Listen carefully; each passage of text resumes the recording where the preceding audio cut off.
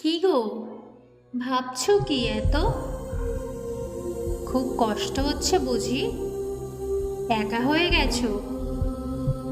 যে কাজটা করতে চাইছো সেই কাজেই বিঘ্নতা আসছে।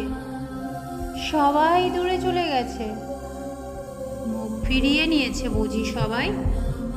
তোমার পাশে কেউ দাঁড়াচ্ছে না, পুরো পৃথিবীটা শূন্য তোমার কাছে। তুমি কি ক্লান্ত হয়ে গেছো সব কিছু সামলাতে সামলাতে?